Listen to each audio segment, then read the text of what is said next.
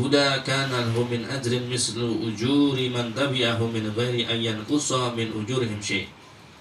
Barang siapa yang mengajak kepada kebaikan, maka lahu minal ajri, maka dia akan mendapatkan pahala atau balasan dari pahala-pahala orang yang mengikuti, yang meniru, yang mengikuti ajakan kita, min ghairi ayyan qusa, tanpa dikurangi pahala itu sedikit pun.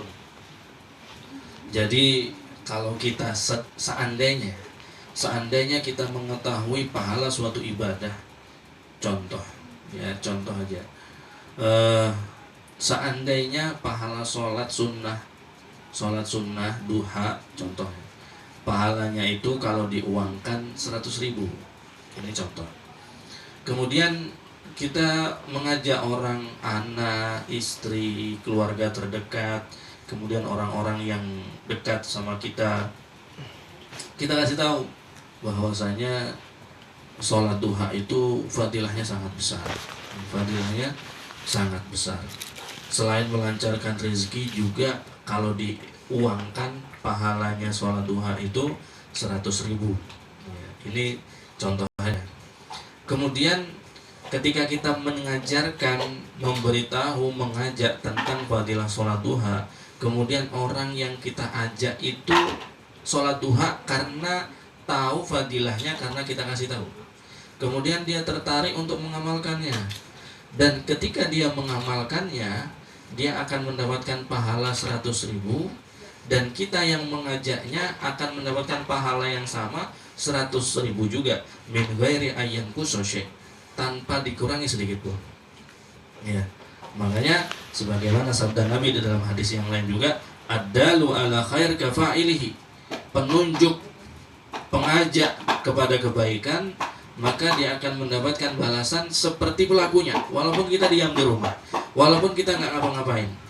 Ya, kita ngajak orang banyak sholat duha, tapi pas pagi kita nggak sholat duha, tapi yang kita ajak banyak sekali yang sholat duha, maka kita akan mendapatkan pahala sejumlah orang yang sholat duha.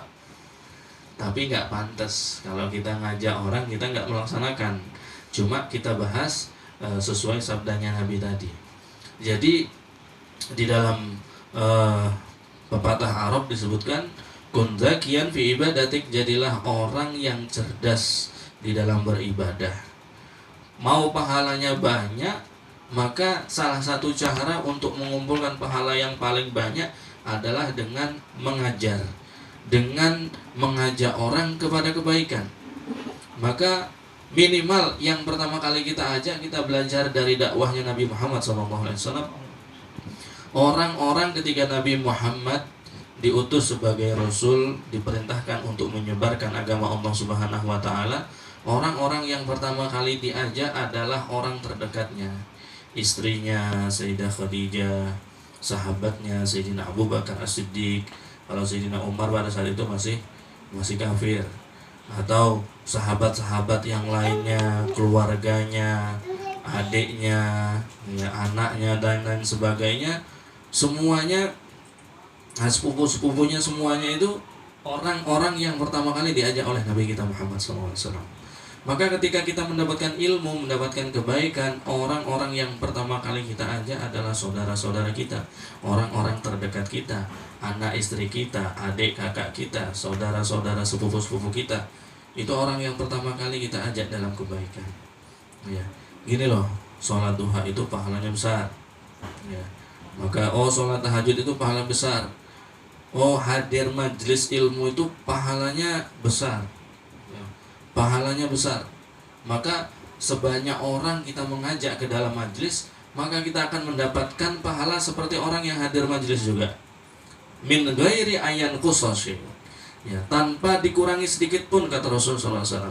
Min ghairi ayyan qusa min ujurihim syai', tanpa dikurangi sedikit pun dari jumlah pahala yang didapatkan pelakunya.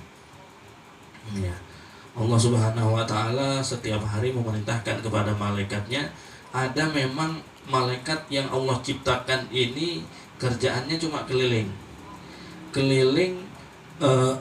kepada umat Nabi Muhammad SAW yang sehari-harinya berkumpul, berzikir, mengingat Allah, mempelajari ilmu agama. Ya, mempelajari ilmu agama, keliling setiap hari. Ketika malaikat itu bertemu dengan kumpulan-kumpulan orang yang berkumpul berzikir mengingat Allah, mempelajari ilmu syariatnya Nabi Muhammad, maka malaikat itu melaporkan kepada Allah Subhanahu wa taala, dan Allah mengampuni dosa-dosa orang yang hadir dan akan memberikan keberkahan kepada orang-orang sekitarnya. Pahalanya sangat luar biasa. Nah, ketika itu kita dapatkan bagi hadir majelis, kemudian kita sampaikan kepada orang-orang terdekat kita, sanak saudara kita, anak istri kita, tetangga-tetangga kita, maka ketika mereka hadir sebab ajakan kita, sebab pemberitahuan dari kita, maka mereka semua akan mendapatkan pahala, dan kita yang mengajak akan mendapatkan pahala sama seperti yang dia dapatkan, tanpa dikurangi. Min ghairi ayan qusa min ujurihim syai'. Wa man da'a ila dhalalah kana alaihi minal ismi misla asam man tabi'ahu min ghairi ayan qusa min asanihim syai'. Dan begitu juga, tapi bukan cuma pahala, bukan cuma kebaikan yang kita dapatkan. Ya, maksudnya ini sama seperti pahala jariah. Ya, pahala jariah ketika kita mengajarkan sesuatu kepada kebaikan, ketika orang lain melaksanakannya, mengikutinya, maka kita akan mendapatkan pahala jariah. Ini namanya pahala jariah. Tapi ada juga dosa jariah, sebagaimana sabda Nabi SAW, wa man da'a ila dhalalah kana alaihi minal itsmi misla asamin tabi'ahu min ghairi ayan qusam min asamihim syai'. Dan barang siapa mengajak kepada keburukan, kepada kesesatan, kepada kemaksiatan, kana alaihi minal ismi, maka dia akan mendapatkan dosa misla asam man tabi'ahu, seperti dosanya orang yang mengikuti dia, min ghairi ayan qusa min asanihim syai', tanpa dikurangi sedikit pun dari dosa pelakunya. Ya, jadi ada juga yang namanya dosa jariah. Ketika kita mengajarkan, mengajak kepada keburukan, kepada kemaksiatan, itu orang yang melaksanakannya mendapatkan dosa, dan kita yang nggak ikut-ikut, cuma ngajak tok, maka kita akan mendapatkan dosa juga, tanpa dikurangi dosanya sedikit pun dari Allah Subhanahu wa taala.